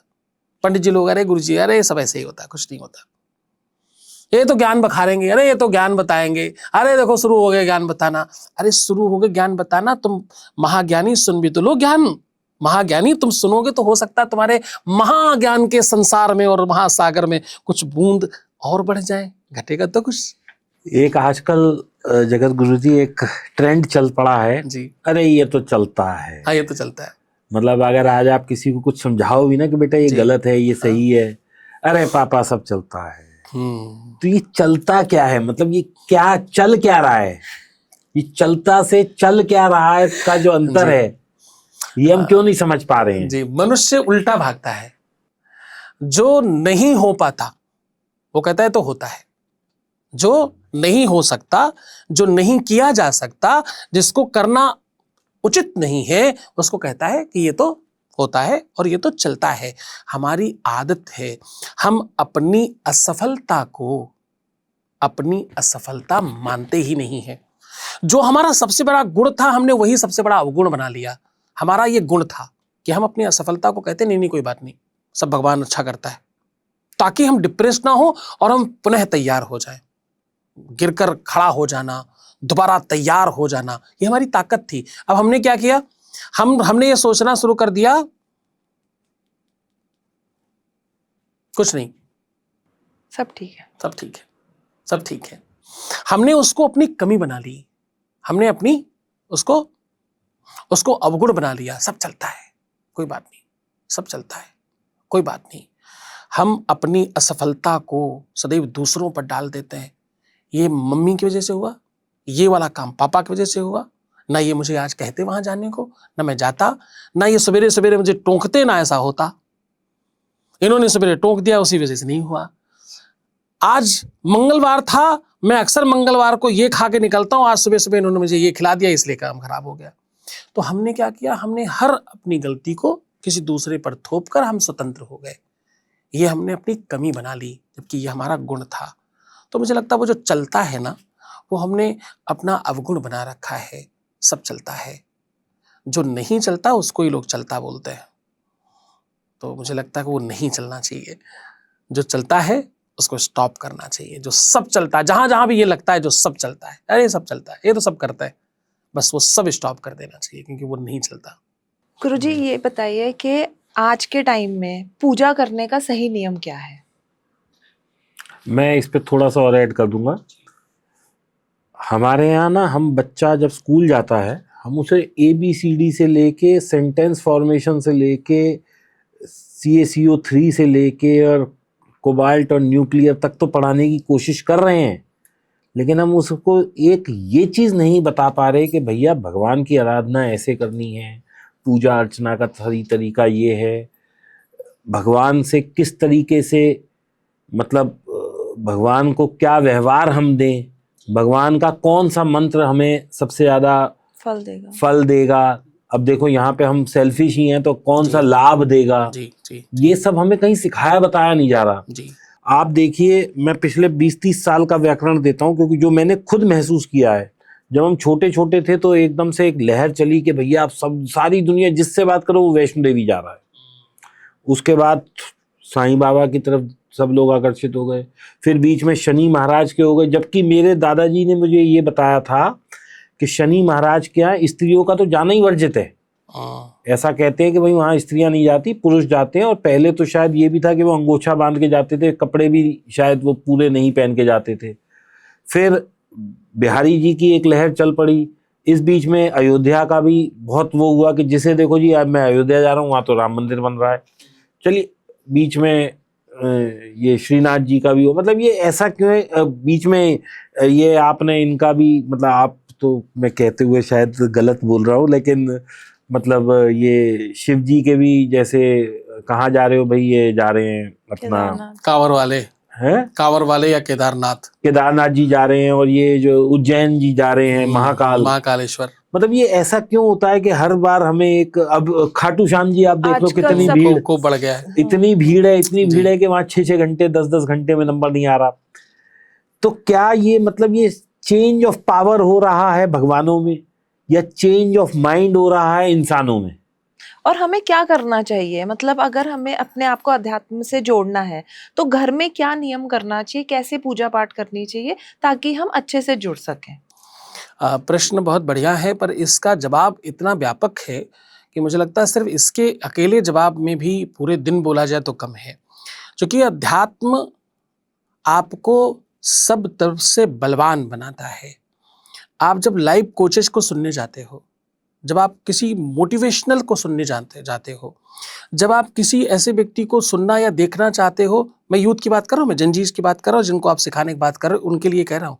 जब तुम किसी ऐसे व्यक्ति को सुनने चाहते हो जिसकी तुम 90% बात समझ नहीं पाओगे, चाहे वो कोल्ड प्ले हो, चाहे वो आजकल वो गाड़ियाँ जो वो यहाँ दौड़ाने वाला, क्या कौन सी वो गाड़ी है, कार रेस, कौन सी रेसिंग देखने जाते हैं आजकल बच्चे 50-50 हज़ार रुपए का टिकट लेकर के, वो तो F1, हाँ F1, तो चाहे उधर हो, जिसमें तुमको न कुछ मिलेगा, न तुम्हें कुछ हासिल होगा, और न तुम कुछ समझते हो, न तुम कुछ जानते हो, और ना ही तुम उसको एंजॉय कर पा रहे हो, तुम सिर्फ फेयर ऑफ मिसिंग आउट के चक्कर में भाग रहे हो। ये जो बाढ़ आती है ये क्या है? भेड़िया धसान है। जिस तरफ सब जा रहे हैं, जहां भीड़ ज्यादा है, जो चीज किसी और को फायदा कर रही है वही मुझे फायदा करेगी, ये मार्केटिंग का सूत्र था। लोगों ने भगवान के साथ भी लगाना शुरू कर दिया। भगवान की पूजा कैसे करें, भगवान की पूजा क्यों करें, भगवान का पूजा करने का तरीका क्या है और अध्यात्म जीवन में आएगा कैसे, ये आपके निर्माण की व्यवस्था है। अगर आपको बहुत बड़ा बनना है, अगर आपको दुनिया का सर्वश्रेष्ठ व्यक्ति बनना है, अब कितने लोग बोलते हैं कि बिल गेट, एलन मस्क और तमाम बड़े लोग हैं दुनिया में जो थोड़े विश्व स्तर पर हो गए, लोग कहते हैं कि उनके जीवन में इतनी संपन्नता आई, भगवान कहाँ है? तो लोग भगवान को समझते ही नहीं कि भगवान होता क्या है। भगवान को अंग्रेजी में गॉड बोलते हैं, हिंदी में भगवान बोलते हैं और आध्यात्मिक में पंचतत्व बोलते हैं, सृष्टि बोलते हैं, प्रकृति बोलते हैं। प्रकृति ही भगवान है। भगवान में 5 अक्षर हैं, भ, ग, वा, आ और न। कितने? 5 अक्षर है इसमें भगवान में। भा से भूमि, गा से गगन, वा से वायु, आ से अग्नि, ना से नीर। ये 5 जो एलिमेंट्स हैं, 5 जो तत्व हैं, यही भगवान है। गॉड मतलब होता है जनरेटर, ऑपरेटर, डिस्ट्रॉय करने वाला। जो जनरेट करता है, ऑपरेट करता है और डिस्ट्रॉय करता है। इस पूरे के पूरे नियम को पूरा विश्व मानता है अलग अलग तरीके से। उनके अपने बहुत एनजीओ चल रहे हैं, वो एनजीओ के थ्रू भगवान का काम कर रहे हैं। हमारे यहाँ मंदिर हैं और धर्मशाले, इस तरीके से हम काम कर रहे हैं। भगवान की पूजा का सबसे पहला नियम है कि जीवन में तुम्हारी श्रद्धा आ जाए। क्यों करें और कैसे करें, दोनों का जवाब है जीवन में श्रद्धा आ जाए, विश्वास और फेथ जनरेट हो जाए। नियम के पहले सीढ़ी का नाम है विश्वास और भरोसा। आपके जीवन में श्रद्धा आ जाए। श्रद्धा और विश्वास आया तो केवल भगवान नहीं आएगा, आपका जीवन श्रेष्ठ हो जाएगा। रिश्तों को चलाने के लिए क्या चाहिए? श्रद्धा और विश्वास। व्यापार चलाने के लिए क्या चाहिए? श्रद्धा और विश्वास। नौकरी के लिए क्या चाहिए? श्रद्धा और विश्वास। अपने मालिक के प्रति श्रद्धा और अपने काम के प्रति विश्वास। राजनीति के लिए क्या चाहिए? श्रद्धा और विश्वास। अपनी जनता जनार्दन के प्रति श्रद्धा और अपने देश के प्रति विश्वास कि मैं देश का सिपाही हूं, देश के लिए काम करूंगा। तो ये श्रद्धा और विश्वास तुमको सर्वश्रेष्ठ बना देता है। तो रामायण में इसलिए लिखा गया, इसलिए रामायण पढ़िए, इसलिए भगवान की पूजा कीजिए।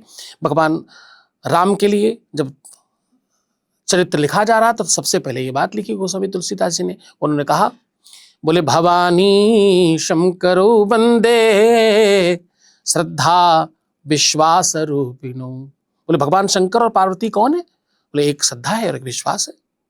इनको जीवन में लाओ तो समझो तुम्हारे जीवन में भगवान शंकर और माता पार्वती आ गए, दोनों ने प्रवेश कर लिया। भगवान की पूजा का सबसे पहला नियम क्या है? तुम्हारे जीवन में श्रद्धा आ जाए, किसी तरह से विश्वास आ जाए भगवान के ऊपर, फिर पूजा करिए। जब ये दोनों आएंगे, श्रद्धा और विश्वास, तो तुम्हारे जीवन में आएगा प्रेम भगवान के प्रति, ईश्वर के प्रति। और प्रेम आया तो तुम्हें पूजा का नियम नहीं बनाना पड़ेगा, सब अपने आप आ जाएगा। आपको उनको नहलाने का मन करेगा, आपको सजाने का मन करेगा, आपको टीका चंदन लगा करके उनको दिव्य बनाने का मन करेगा, आप उनको बार बार खिलाने का मन करेगा, उनको आरती उतारने का मन करेगा। फिर आपको कुछ करना नहीं पड़ता। प्रेम और भक्ति दोनों एक ही सिक्के के 2 नाम हैं। आप जब अपने बच्चे से प्रेम करते हो तो आपको सिखाना पड़ता है क्या कैसे उसका रख रखाव करें, आपको सब पता चल जाता है। आप अपनी गाड़ी से प्रेम करते हो तो आपको बताना पड़ता है कैसे साफ करें, कैसे चलाएं। निर्जीव है फिर भी आप घर से प्रेम करते हो, अपने देश से प्रेम करते हो, अपने परिवार से प्रेम करते हो। जिससे भी आप प्रेम करते हो उसके प्रति भक्ति सिखानी नहीं पड़ती। भक्ति का कोई नियम नहीं है, अमलया भक्ति है, जिसमें कोई नियम नहीं लगता, उसी का नाम भक्ति है। भगवान कृष्ण को केले फेंक देती थी और छिलके खिला रही थी विदुरानी, और वो प्रसन्न हो गए। टूटे बेकार खराब से चावल लेकर के गए सुदामा भगवान के पास, वो प्रसन्न हो गए। सबरी ने अपने जूठे बेर भगवान राम को खिलाए, भगवान प्रसन्न हो गए। कहां लिखा है ये नियम कि जूठे बेर खिलाने? लोग तो कहते हैं कहीं हाथ वाथ भी नहीं धुले और बिना उसके भोग लगाओ तो भगवान नहीं लेंगे, भगवान नहीं खाएंगे। भक्ति में कोई नियम नहीं है, भक्ति का कोई सिस्टम नहीं है, भक्ति की कोई रूपरेखा नहीं है ऐसी ही करनी है। प्रेम तो अनंत है, प्रेम डूब जाने का नाम है। जब श्रद्धा होगी तब विश्वास होगा तो प्रेम आएगा, और प्रेम आएगी तो उसका दूसरा नाम भक्ति आएगा। और फिर भक्ति तो आपको सब सिखा देती है, फिर कुछ नहीं बताना पड़ता। फिर तो बस आप, वो एक फिल्मी गाना है पर मुझे बड़ा पसंद है, छाप तिलक सब छीनी रे मुँह से नैना मिलाए के। तो आप जब जाते हैं, आप देखिए बिहारी जी के सामने जाकर के लोग रो रहे होते हैं, आंखों में आंखें डालकर रो रहे होते हैं। रामलला के सामने जाते हैं और रोने लग जाते हैं।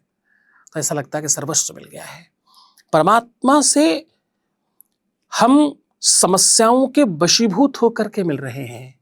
खाटू नरेश के यहाँ जाने वाले 99.9% लोग कौन है पता है?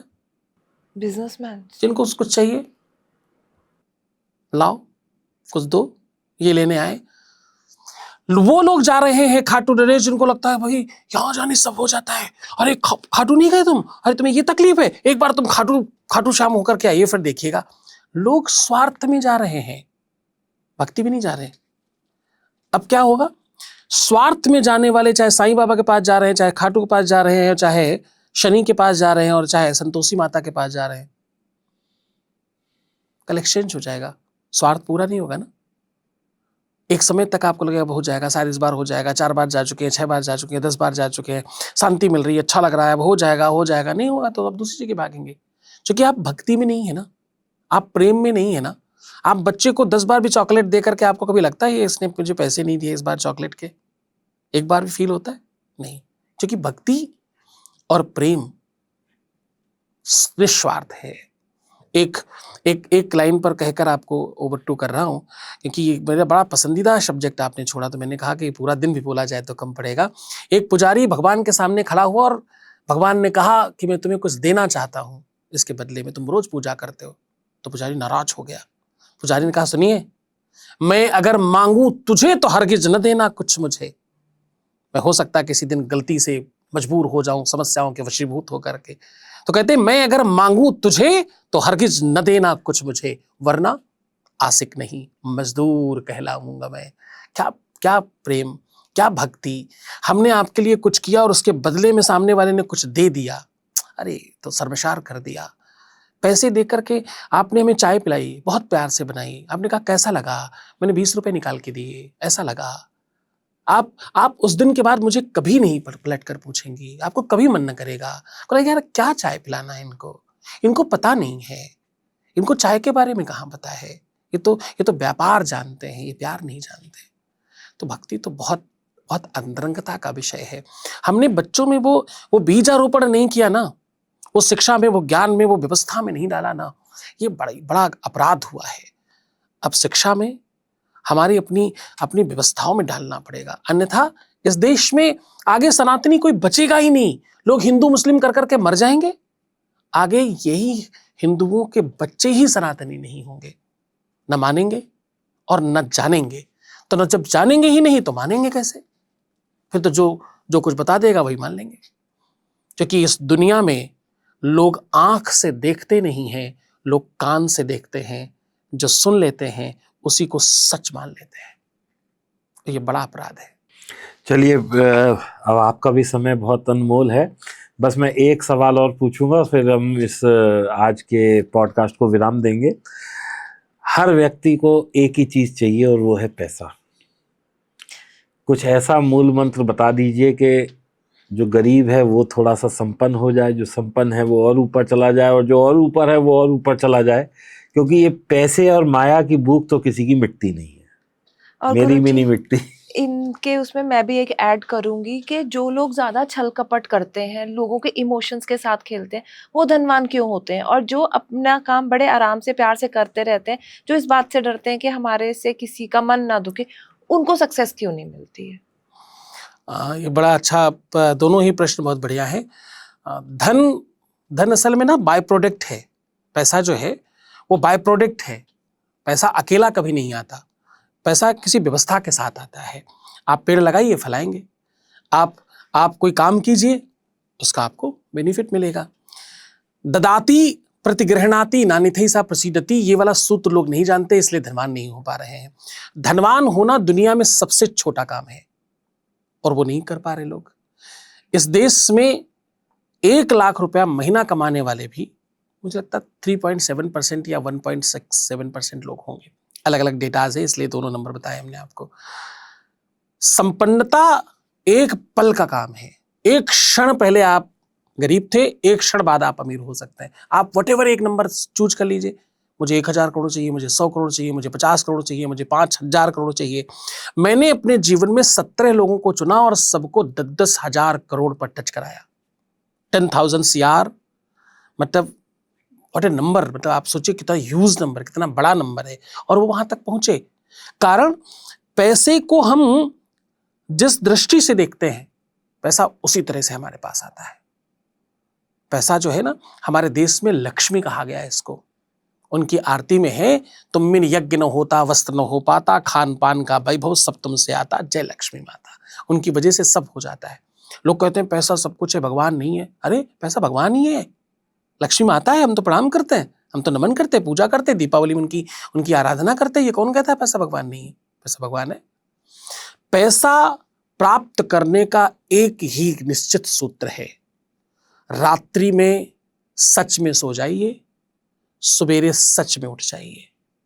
अब ये बहुत गहरी बात है, ये समझ नहीं आएगी, इसलिए मैं तो वो सामान्य वाले उपाय आपको बताकर जा रहा हूं। अगली बार लक्ष्मी पर कोई बातचीत करूंगा। रात में सच में सो जाइए, सुबह सच में उठ जाइए का मतलब लोग सोते ही रहते हैं, आंखें खोल के भी सो रहे हैं, जग ही नहीं रहे। जगना बहुत जरूरी है, लोग जग नहीं रहे। रात में सोते समय ये विचार करें, आज हमने क्या किया है जो नहीं करना चाहिए था, कल हमें क्या करना है जो जरूर करना चाहिए, इस पर चर्चा करें अपने आप से, किसी और से नहीं। रोज समीक्षा करें अपनी, और सुबह उठकर उस रात्रि की समीक्षा पर प्लान करके आगे बढ़ें। ये छोटा सा सूत्र, रात में जब सोएं तो अपने को आशीर्वाद दें कि मैं बहुत संपन्न हूं, मैं बहुत धनवान हूं, मैं ईश्वर का बच्चा हूं, मैं परमात्मा का लाडला हूं, मुझे किसी तरह का कोई संकट हो ही नहीं सकता। मेरे आत्मा में ही परमात्मा बैठा है, मेरे साथ मेरे माँ बाप का आशीर्वाद है, मैं अपने कुल का दीपक या लाडली हूँ, मैं तो सर्वश्रेष्ठ हूँ, मुझ में कोई कमी नहीं है। मैं अपने आप को यह आशीर्वाद देता हूँ कि मैं संपन्न हो जाऊंगी या हो जाऊंगा। तो आपसे ज्यादा आपको कौन जानता है? आपसे ज्यादा आपको कौन प्रेम कर सकता है? आपसे ज्यादा आपको बेहतर बनाना कौन चाहता है? तो आप खुद को आशीर्वाद दें रात में, और सवेरे दोनों हाथ सामने कीजिए और अपने हाथों का दर्शन कीजिए। हाथों को संस्कृत में कर बोलते हैं। कर देखने वाला व्यक्ति कर्मठ हो जाता है, कर्मशील हो जाता है, कर्मयोगी बन जाता है। इसलिए सुबह हाथ देखें और बोले, कराग्रे वशते लक्ष्मी, कर मध्य सरस्वती, कर मूले स्थितो ब्रह्मा, प्रभाते कर दर्शनम। नहीं बोल सकते तो केवल हाथ देख करके चूम लें और माथे से लगा लें। फिर देखिए आपका दिन अच्छा प्रारंभ होगा, रात्रि अच्छी पूर्ण होगी। अब पूर्णता और प्रारंभ, आदि अंतेन नेता शहितो बोलते हैं सारे वेद मिलके एक साथ। तो अंत और प्रारंभ बहुत बढ़िया करना शुरू कर दीजिए। एक ही साल में आप जहां खड़े थे वहां से कम 10 टाइम ऊपर जाएंगे। कितना सर? 10x, 10 गुना ज्यादा बड़ा होना है। तो ये छोटा सा काम करना आवश्यक है। अब आपका वो जवाब दे रहा हूं, आपने कहा कि जो गलत कर रहे हैं उसके बाद भी वो संपन्न है, जो रूखे हैं, जो आप ऐसे कुछ कह रही थी ना कि मतलब हाँ, जिनका बिहेवियर अच्छा नहीं है, वो अपने बारे में पहले सोचते हैं, दूसरों के बारे में सोचने से पहले, तो वो ज्यादा तरक्की कर रहे हैं। अच्छा, तरक्की जैसी कोई चीज नहीं होती, उन्नति जैसी कोई चीज नहीं होती। मटेरियलिस्टिक चीजें और ये कागज के टुकड़ों को आ जाना धनवान नहीं बोलते हैं। हमारे शहर की एक कवियत्री है, मुझे बहुत पसंद है वो लड़की, तो उसकी लिखी हुई एक लाइन बता रहा हूँ, फिर आपको जवाब दूंगा। ये लाइन मुझे बहुत बहुत अतिशय पसंद है। ये कविता बहुत बहुत प्यारी है। वो लाइन मैं आपको बता रहा हूँ। खामोश लब हैं, झुकी हैं पलकें, दिलों में उल्फत नई नई है। अब अंतरे की वो लाइन आपको बता रहा हूँ जो सबसे बढ़िया है। ये लाइन इसलिए बोलती ताकि सर्च करना आसान हो जाएगा। वो अंतरे में कहती है, जरा सा कुदरत ने क्या नवाजा कि आके बैठे हैं पहली सख में। पहली सख मतलब आगे वाली लाइन, फ्रंट रो। तुम्हारा लहजा बता रहा है तुम्हारी दौलत नई नई है, खामोश लब हैं झुकी हैं पलकें, दिलों में उल्फत नई नई है। तो वो जो पैसा नया आ जाना, थोड़ा सा पैसा आप देख लेना, उसको धनवान होना नहीं बोलते। धनवान वही हो सकता है जो सब छोड़ कर खड़ा है दुनिया में, वही सबसे बड़ा है। और जो दूसरों को बड़ा बनाना चाहता है, दूसरों को बड़ा बनाना जानता है, वही बड़ा हो सकता है। एक रईस किसी की कृपा से रईस नहीं बन सकता, एक रईस कर्मयोगी बन सकता है, मेहनत का आदमी बड़ा इंसान बन सकता है। धनवान दोपहर का भोजन समय पर नहीं खा पाता, सुबह का नाश्ता 7 दिन निश्चित नहीं प्राप्त कर पाता, रात्रि की नींद 100% नहीं पाता। ये तमाम प्रकार के त्यागी को अमीर बोलते हैं। थोड़े से चंद टुकड़े आ जाने को अमीर नहीं कहते। मैं आपको बड़ी स्पष्टता से कह रहा हूं कि स्वभाव और व्यक्तित्व आपको राजा बनाता है, अमीर नहीं। पैसों से तो कोई छोटा बड़ा हो सकता है, स्वभाव से रईसी तो साहब परमात्मा की कृपा से आती है। और वही इंसान बड़ा हो सकता है जो दूसरों का भला करना चाहता है, दूसरों के लिए बेहतर करना चाहता है और दूसरों के लिए सोचता और विचार करता है। बिल्कुल सही है। दोस्तों, जगत गुरु जी की बातें सुन के मुझे ऐसा लग रहा है कि मैं शायद अगर 2 घंटे और भी चलता रहूं तो मेरी बातें नहीं खत्म होगी, क्योंकि जिज्ञासा इतनी बढ़ रही है हर चीज़ में। मतलब कुछ लॉजिक ढूंढ लेते हैं हम लोग, हर चीज़ में हम ये चाहते हैं कि ये और पता लग जाए, ये फॉर्मूला और मिल जाए। ये मैं दोबारा इनसे आग्रह करूंगा कि दोबारा आएंगे, दोबारा समझेंगे, क्योंकि इन्होंने अभी खुद बोला है कि लक्ष्मी जी के ऊपर पूरे एक दिन चर्चा करेंगे, तो मैं इन्हें पकड़ के लाऊंगा ज़रूर। एक दिन इनसे निवेदन करूंगा, पकड़ के तो लाने की खैर मेरी हैसियत नहीं है, लेकिन मैं निवेदन करूंगा। आपका अधिकार है। नहीं, ये तो आपने मतलब ये अगर आपने अधिकार मुझे दिया है तो मेरे लिए समझिए कि मैं मतलब बहुत अपने आप को सौभाग्य वाला समझ रहा हूँ। और दोस्तों, मेरा आपसे रिक्वेस्ट है कि इस पॉडकास्ट को आप 1 बार नहीं, 2 बार नहीं, 3 बार देखें, बच्चों को दिखाएं, क्योंकि ये ज्ञान की जो बातें हैं ना दोस्तों, ये मतलब पैसे दे के हम नहीं खरीद सकते। ये जो चीज़ें हैं ये हम लोग कहीं मिस आउट कर रहे हैं लाइफ में। तो मेरा कहना ये है कि पैसे की भागदौड़ तो दोस्तों चलती रहेगी, लेकिन एक बार कुछ इस तरह का सेशन जब हो जाता है तो आप समझिए कि मतलब जो वाइब्स है ना वो आपकी बिल्कुल जिसे कहते हैं रिजुविनेट हो जाती हैं। आप लोग बिल्कुल एक ऐसा मतलब फील करने लगते हैं कि you are a new being. क्योंकि दोस्तों हम सोते हैं इसलिए नहीं सोते कि ये काया को आराम चाहिए, इसलिए सोते हैं कि ये बॉडी को रीजनरेट करता है, ये सिस्टम हमें नई ऊर्जा ग्रहण करता है और हम अगले दिन सुबह फिर काम पे लगते हैं। तो ऐसे ही जब आप कोई किसी भी स्पिरिचुअल गुरु से, कि जगत गुरु जैसी एक पद से, एक व्यक्तित्व से जब आप कुछ सुनते हैं तो यकीन मानिए आपका जो ऑरा है वो शाइन करने लगता है। और पैसा, जैसा गुरुजी ने बताया, बाई प्रोडक्ट है, तो बस आ ही जाएगा। हाँ, पैसा तो आने के लिए ही है, वो आने के लिए तैयार बैठा है, बस आप उसे लाने के लिए तैयार हो जाइए। बहुत बहुत धन्यवाद आपका आने के लिए। और हमारा ये सम्मान, मतलब हमारा जिसे कहते हैं कि आपने यहाँ आके हमारा सम्मान बहुत बढ़ा दिया है। बहुत धन्यवाद, आप दोनों ने मुझे अवसर दिया, बहुत आभारी हूँ। ईश्वर आपके ज्ञान को, आपके काम को, आपकी इस विचारधारा को और बल प्रदान करे और श्रेष्ठ करे।